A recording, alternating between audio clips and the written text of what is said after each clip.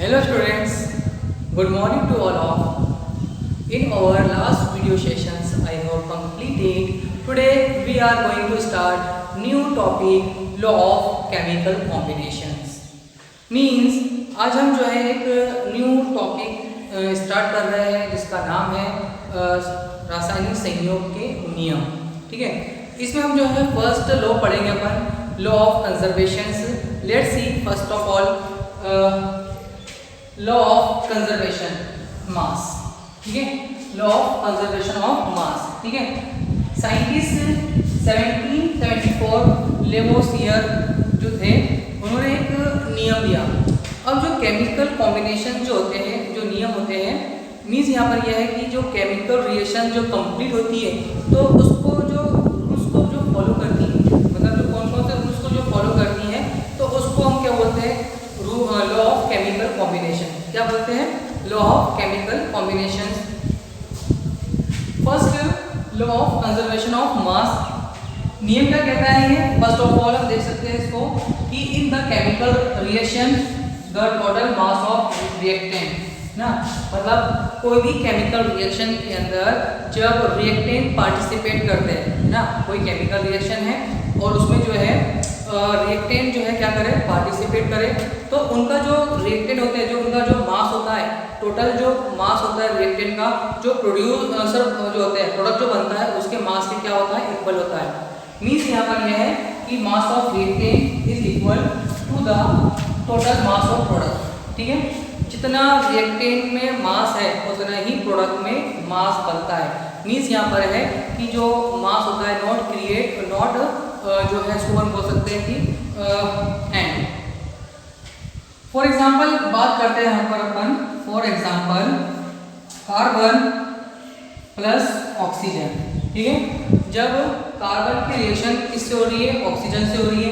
ठीक है, कार्बन का जो मास होता है 12 होता है, 1 ऑक्सीजन जो है 16 होता है, तो 2 ऑक्सीजन है तो टोटल 32। ठीक है, तो ये हमारे पास में क्या है? रिएक्टेंट है, रिएक्टेंट, और ये भी क्या है? रिएक्टेंट। ठीक है, 2 reactant react to each other form of product. ठीक है, तो 2 रिएक्टेंट ने क्या किया? रिएक्शन किया और क्या बनाया है? Carbon dioxide. ठीक है, मीन्स यहाँ पर यह है कि जब भी कार्बन ऑक्सीजन की प्रेजेंस में जाता है तो कार्बन डाइऑक्साइड प्रोड्यूस होती है, तो कार्बन डाइऑक्साइड बनी। ठीक है, तो इस कार्बन डाइऑक्साइड का जो टोटल मास रहेगा, जो रिएक्टेंट का टोटल मास था 44, तो इसका भी क्या रहेगा? 44 मास रहेगा। तो उसको बोलेंगे अपन कि जो द्रव्यमान होता है ना ही उत्पन्न होता है ना ही क्या होता है, समाप्त होता है। किसी भी रासायनिक अभिक्रिया के अंदर जो मास होता है ना तो वो उत्पन्न कर सकते हैं ना ही नष्ट कर सकते हैं। बस जो है मास एक रूप से दूसरे रूप में क्या होता है? कन्वर्ट होता है। अंडरस्टूड? तो हम बात कर रहे थे यहाँ पर वही कि मास कंजर्वेशन की। तो कोई भी केमिकल रिएक्शन के अंदर मास ना ही नष्ट होता है ना ही उत्पन्न होता है, बस एक रूप से दूसरे रूप में क्या होता है? कन्वर्ट होता है।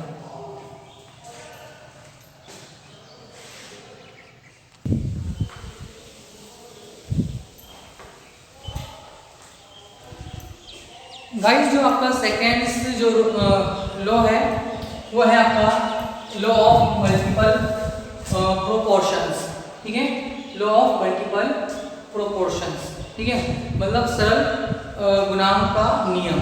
ठीक है, लॉ ऑफ मल्टीपल प्रोपोर्शंस क्या कह रहा है? When 2 elements combine to from 2 or मोर। ठीक है, कोई एलिमेंट्स है वो कंबाइन हो रहा है 2 और मोर। फॉर एग्जाम्पल समझते हैं इसको अपन, कार्बन प्लस ऑक्सीजन। ठीक है, कंबाइन हो रहा है यहाँ पर, तो ये 2 फॉर्म कर सकता है। एक तो कार्बन मोनोऑक्साइड बना सकता है और एक कार्बन डाइऑक्साइड। ठीक है, तो ये 2 रूल्स बना रहा है अपन कंपाउंड। तो लिखा क्या है? When 2 element combine to form 2 or मोर। ठीक है, कंपाउंड क्या करना है? जब 2 elements carbon plus oxygen 2 elements आपस में कंबाइन हो रहे हैं तो 2 और मोर, 2 या 2 से अधिक क्या कर सकते हैं? कंपाउंड का फॉर्मेशन कर सकते हैं। एक एग्जांपल लेते हैं अपन, यहाँ पर लेते हैं अपन सल्फर प्लस ऑक्सीजन। तो ये 3 कंपाउंड का फॉर्मेशन करेंगे, सल्फर ऑक्साइड, सल्फर डाइऑक्साइड और सल्फर ट्राइऑक्साइड। अंडरस्टूड? तो इस तरह से टू एलिमेंट्स जो है आपस में क्या हो रहे हैं, ज्वाइन हो रहे हैं और क्या बना रहे हैं, टू और मोर कंपाउंड का फॉर्मेशन कर रहे हैं। तो टू और कंपाउंड डिफरेंट वेट। तो कैसे है ये डिफरेंट वेट के हैं, particular elements which combine with definite amount, कैसे निश्चित अमाउंट में जुड़े हुए हैं। To other elements bear a simple ratio. ठीक है, तो एक एलिमेंट जो है सिंपल रेशियो रहेगा, एक क्या रहेगा, निश्चित रहेगा, और दूसरा कैसा रहेगा, मल्टीपल में रहेगा। कैसा रहेगा, मल्टीपल में। जैसे कि बात करते हैं यहाँ पर कार्बन कैसा है, 12 है, कार्बन 12 है। ऑक्सीजन कितना है, 16, कितना है, 16। तो यहाँ क्या बना रेशियो, कार्बन सिंपल रेशियो क्या बनेगा हमारे पास में, 6:8। क्या बनेगा, 6:8 बनेगा यहाँ पर, 6:8। ठीक है, अब यहाँ पर 2 ऑक्सीजन है यहाँ पर, तो 6 क्या बनेगा यहाँ पर, 16। ठीक है, मीन्स यहाँ पर ये है कि यहाँ पर जो है 1:2 का क्या है, मल्टीपल है। जैसे कि कार्बन कैसा है, डेफिनेट है, निश्चित है, और तो जो है ऑक्सीजन कैसे है, मल्टीपल में है। फर्स्ट कंपाउंड 1, सेकेंड कंपाउंड 2, तो 1:2 के अंदर है। यहाँ पर जो है सल्फर है और यहाँ पर क्या है, ऑक्सीजन। सल्फर होता है कितना होता है, 32 होता है। ठीक है, ऑक्सीजन कितना होता है, 16 होता है। तो यहाँ पर कितना है, 16, यहाँ पर 32 और यहाँ पर 48। ठीक है, तो एक एलिमेंट निश्चित है और सेकंड जो है मल्टीपल के अंदर है। ठीक है, तो क्या बने यहाँ पर 16:32, रेशियो यहाँ पर क्या है, 48। सिंपल रेशियो ले जाएगी इसका अपन, तो 1:2:3 इस कॉम्बिनेशन में बना है। तो क्या बोलते हैं इसको, लॉ ऑफ मल्टीपल क्या है, प्रोपोर्शन।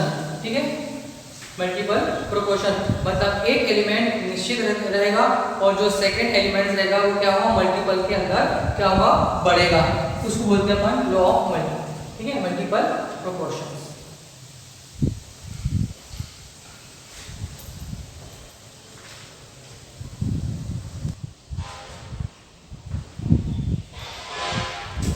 स्टूडेंट्स, जो आपका नेक्स्ट जो लॉ है वो है आपका लॉ ऑफ कांस्टेंट प्रोपोर्शन, स्थिर अनुपात का नियम।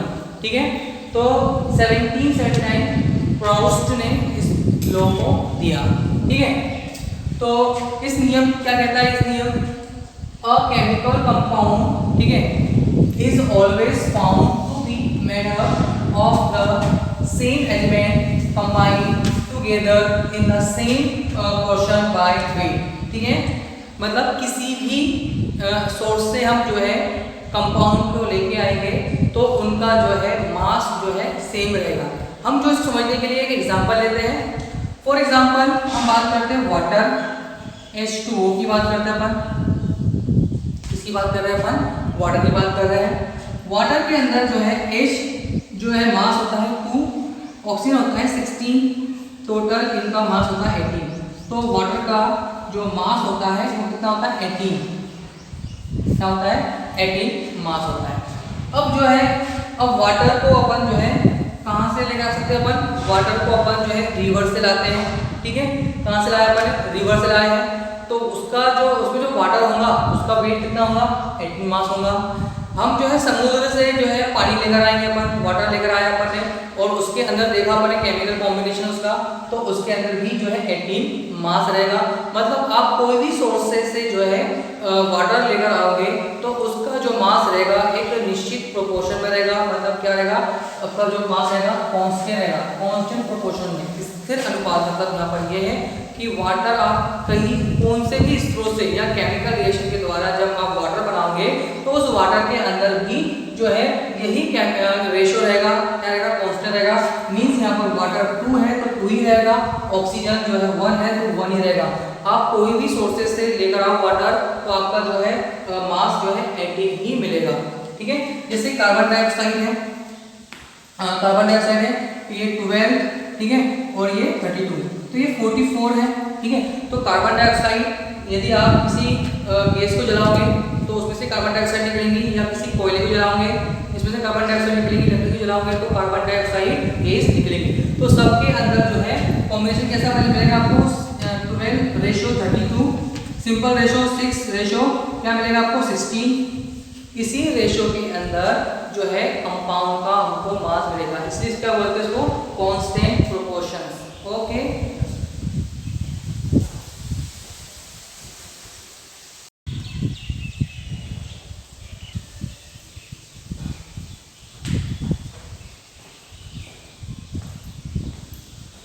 गाइस जो आपका जो नेक्स्ट जो लॉ है वो है आपका लॉ ऑफ रेसिप्रोकल। ठीक है, आपका जो थर्ड जो लॉ है लॉ ऑफ रेसिप्रोकल, क्या कहता है व्हेन टू डिफरेंट एलिमेंट, ठीक है क्या बोल रहा है, जब दो डिफरेंट एलिमेंट क्या करें, element combine with same quantity of third element. ठीक है, तो दो एलिमेंट्स जो है दो कंपाउंड तीसरे कंपाउंड में जुड़ता है तो उसका जो एलिमेंट होता है थर्ड एलिमेंट का proportion in which they do so will be the same as same simple। तो इस नियम को समझने के लिए हम एग्जांपल लेते हैं। फर्स्ट ऑफ ऑल हम बात करेंगे यहाँ पर कि कार्बन और ऑक्सीजन दो एलिमेंट हैं, ठीक है, और तीसरा एलिमेंट क्या है, हाइड्रोजन। ठीक है, दो एलिमेंट हैं कार्बन और ऑक्सीजन हाइड्रोजन। तो क्या यहाँ पर व्हेन टू डिफरेंट एलिमेंट, तो टू डिफरेंट एलिमेंट जब कार्बन हाइड्रोजन से रिएक्शन करेगा तो क्या बनाएगा, CH4 बनाएगा। ठीक है, ऑक्सीजन हाइड्रोजन से रिएक्शन करेगा तो क्या बनाएगा यहाँ पर H2O, क्या बनाएगा यहाँ पर वाटर मॉलिक्यूल्स। ठीक है, तो इसका जो रेशियो रहेगा इनका, तो यहाँ कार्बन कितना है 12 और यहाँ पर हाइड्रोजन कितना है 4, यहाँ पर जो है ऑक्सीजन कितना है 16, यहाँ पर कितना है 2। ठीक है, तो ये क्या कह रहा है कि जो इनका जो रेशियो है यहाँ पर इसका थर्ड वाले एलिमेंट का जो रेशियो है 4, तो इसको भी क्या करना पड़ेगा 4 करना पड़ेगा, तो मल्टीप्लाई करेंगे इससे 2 तो क्या आएगा 32.4। ठीक है, तो यहाँ पर जो ऑक्सीजन है कितने हाइड्रोजन कितना हो गया 4 हो गया, तो इनका जो रेशियो रहेगा, ठीक है, कितना रहेगा रेशियो, यहाँ पर बनेगा कार्बन डाइऑक्साइड या कार्बन मोनोऑक्साइड। तो कार्बन का रेशियो कितना रहेगा ऑक्सीजन का 12:16, ठीक है, या 32, ये रेशियो यहाँ पर रहेगा। तो लिखा है यहाँ पर when two different element combine, जब दो डिफरेंट एलिमेंट कंबाइन होंगे आपस में जुड़ेंगे तो same quantity of third element, तो जो थर्ड एलिमेंट की सेम क्वांटिटी आएगी।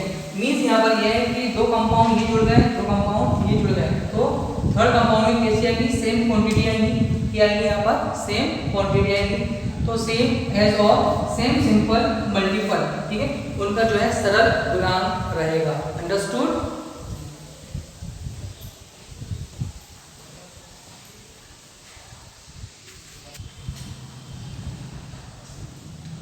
गाइस जो आपका जो थर्ड जो लास्ट जो नियम है वो है आपका गे-लुसाक लॉ। ठीक है, इसने जो है गैसों के लिए जो है एक नियम क्या किया, प्रस्तुत किया। ठीक है, क्या कहता है व्हेन गैसेस रिएक्ट टुगेदर। ठीक है, जब टू गैसेस क्या करे रिएक्ट करे, फॉर एग्जांपल लेते हैं अपन अमोनिया का N2, ठीक है, प्लस H2। ठीक है, नाइट्रोजन क्या है गैस है, हाइड्रोजन क्या है गैस है, बनाया क्या उसने यहाँ पर अमोनिया NH3। ठीक है, क्या बनाया इसने अमोनिया बनाया, तो यहाँ पर जो है 2 टाइम लेंगे अपन यहाँ पर 3। ठीक है, तो क्या बोला यहाँ पर व्हेन गैसेस रिएक्ट टुगेदर, जब गैसें आपस में क्या करें रिएक्ट करें। ठीक है, और जो प्रोडक्ट बनेगा वो भी गैस है, तो जो है क्या होगा सिंपल रेशियो रहेगा।